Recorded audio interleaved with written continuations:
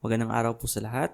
Sa tutorial na ito ay ituturo ko po kung paano gumawa ng video lectures gamit ang PowerPoint. So I think halos lahat naman po sa atin ay familiar sa PowerPoint.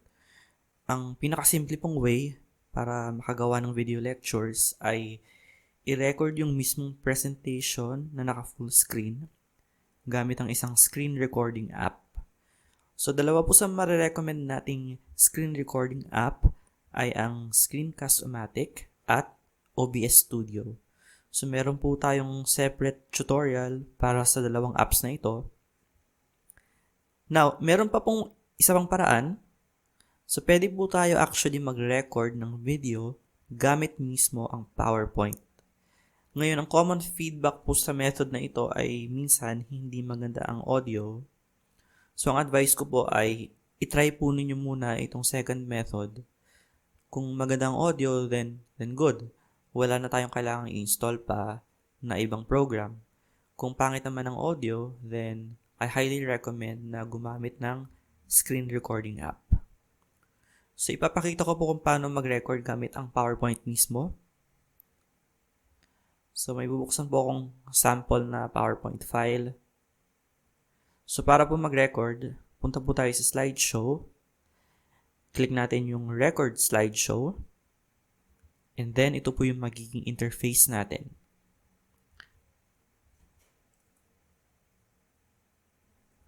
So, sa ilalim, meron po tayong mga pen tools. And then, sa upper left-hand corner, andito po yung mga controls natin. So, para mag-start ng recording, click nyo itong record button. Merong 3 seconds na countdown. And then, during your lecture, pwede nyo pong gamitin itong mga pen tools natin para makapag-annotate sa ating mga slides. So, meron tayong pen. Pwede nating baguhin ang kulay. Meron tayong highlighter. Meron din tayong eraser.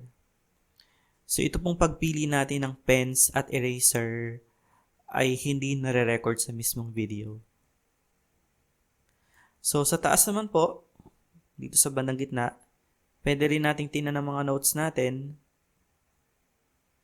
So, hindi rin po itong makikita. So, hindi rin makikita itong mga notes sa mismong video.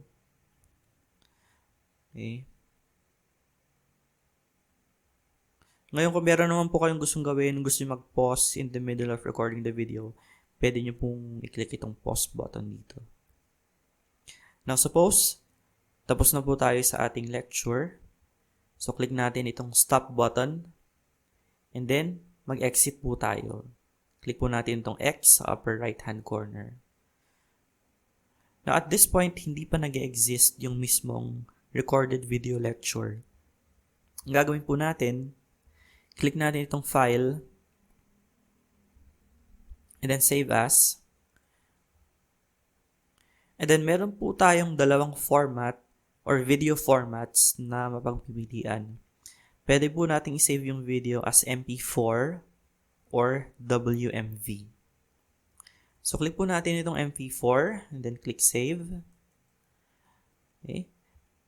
Medyo matagal po itong proseso na to, pero meron po tayong progress bar sa ilalim na magsasabi sa atin kung ano na po yung progress ng pag-save sa ating video.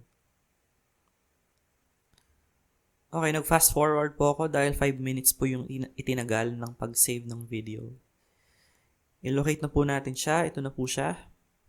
And as you can see, naka-animate po lahat ng annotations natin. Ang isa pa po natin i-discuss ay kung paano gamitin ang pen tablet kasama ng PowerPoint.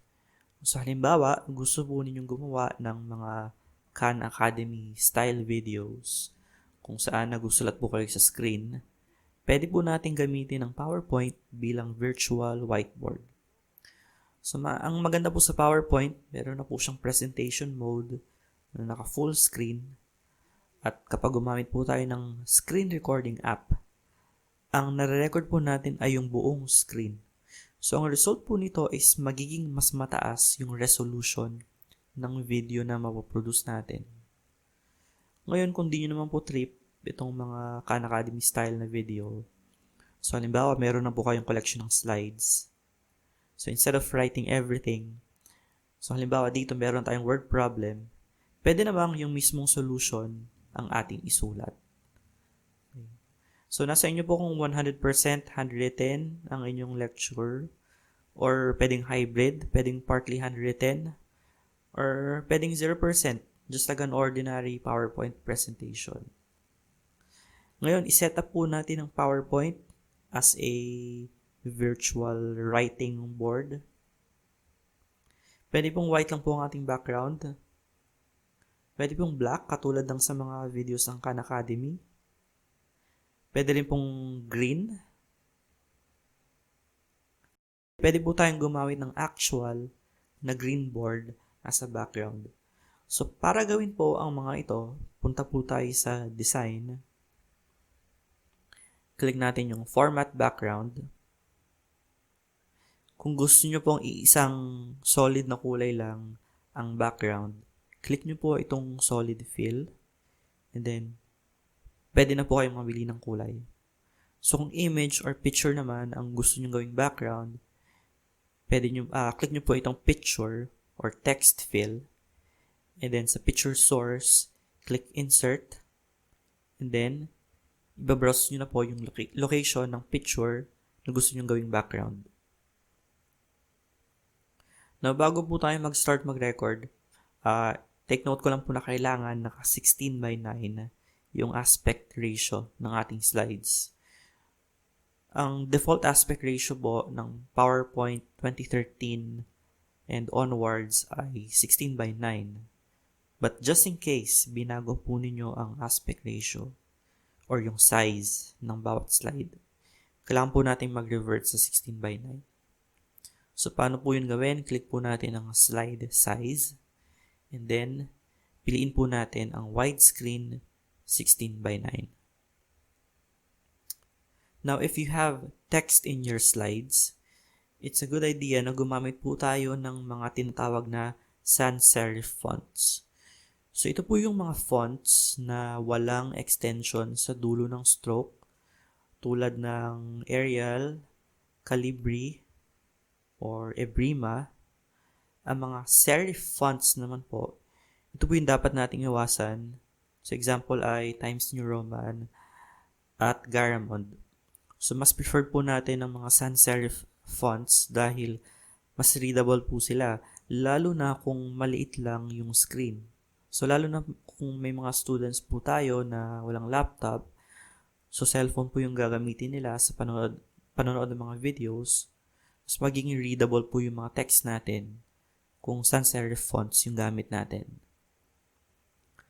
Ngayon, suppose masaya na tayo sa setup ng ating mga slides. Punta na po tayo sa full screen at paanda rin ang ating screen recording app.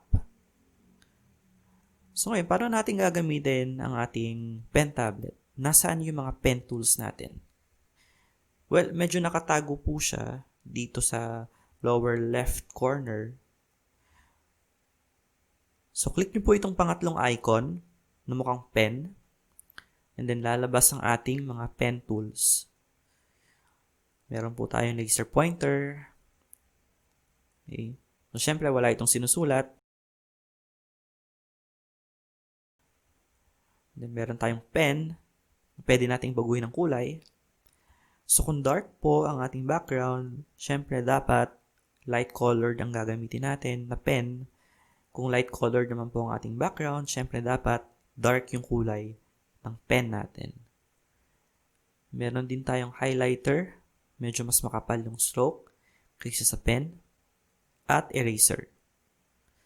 So, medyo ingat lang po dahil buong stroke ang binubura ng eraser. Wala po tayong undo or redo function sa PowerPoint kapag naka-full screen. Kaya ingat-ingat po tayo sa pagbubura. Ngayon, bukod sa pag-access sa ating pen tools manually, meron din po tayong mga shortcuts. So, para i-activate po yung pen, so instead of going to the pen tools, pwede nyo pong i-press ang Control P sa keyboard. So, ngayon po, i-activate lamang nito ang pen. ang default color po ay red. So, kung gusto nyo baguhin ang kulay, kailangan nyo pa rin pong buksan itong pen tools natin. So, para i-activate naman ang laser pointer, press po natin ang Ctrl L. Para sa eraser, Ctrl E. And then, para po sa highlighter, Ctrl I. Kung gusto nyo pong i-hide or unhide ang mga annotations ninyo, click nyo po ang Ctrl M. So, ma-hide na po yung annotations. Okay? So, naka-hide lang po siya, hindi po siya naka-erase. Para i-unhide yung mga annotations, click nyo po ulit itong Ctrl M. Para naman po i-erase lahat ng annotations, press nyo po yung E. So, E lang, walang control. So, again po, ingat po sa pag-erase dahil walang undo function ang PowerPoint kapag naka-full screen. So, kung natatanong po ninyo na is there a way na baguhin ang kulay ng pen gamit ang keyboard shortcut, well, ang sagot po dyan ay yes. Pero optional lamang po ito at marirecommend ko lang po ito sa mga advanced users na komportableng mag-edit ng code. So, kung paano po ito gawin, nakalagay po sa description yung mga steps. Ngayon, suppose tapos na po tayo sa ating discussion at gusto nating i-share yung slides natin kasama ng mga annotations. So, bago po tayo mag-exit ng PowerPoint, tatanungin po tayo ng PowerPoint, want to keep your ink annotations. So, syempre, keep po yung pipiliin natin. And then, i-import po natin itong slides sa PDF. So, para gawin ito, click natin ang File, and then, click Print. Sa printer, piliin po natin ang Microsoft Print to PDF. So, marami po tayong ibang printing options dito. So, halimbawa, gusto nyo dalawang slides ang nasa kada page. Then, click nyo po itong Print. I-browse po natin kung saan natin gusto ilagay ang PDF. And then, type natin yung file name. And then, click Save. So, na-save na po ang mga slides natin kasama yung mga annotations.